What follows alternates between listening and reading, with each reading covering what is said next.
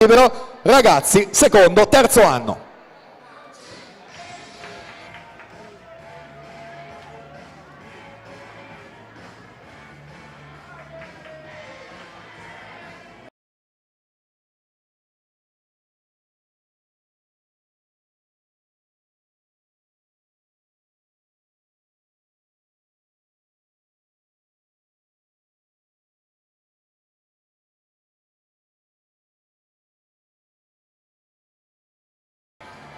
In corsia 1 parte Valerio Salzano, Wisp Bologna.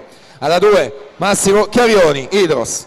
Corsia 3 Alessio Sartoretto, Idros. Alla 4 Giovanni Gallina, Zeus Lab Montebelluna. Corsia 5 Luca Dallabetta, Nord-Est H2O. Alla 6 Davide Pontarollo, Acquapolis. Corsia 7 Enrico Del Pivo, Sport Village Pesaro. Corsia 8 Riccardo Rossetto, Zeus Lab Montebelluna.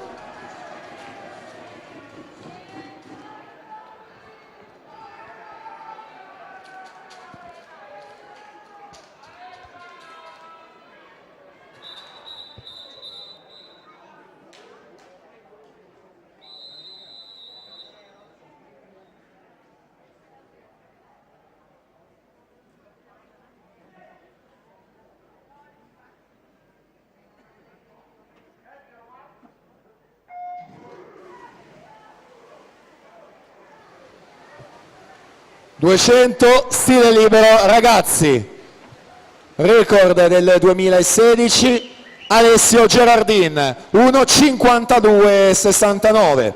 Miglior tempo in batteria corsia 4 atleta di casa Giovanni Gallina 1:55,82. 25,55 il suo passaggio dopo le prime due vasche con Sartoretto 26,26, Chiarioni 26,64.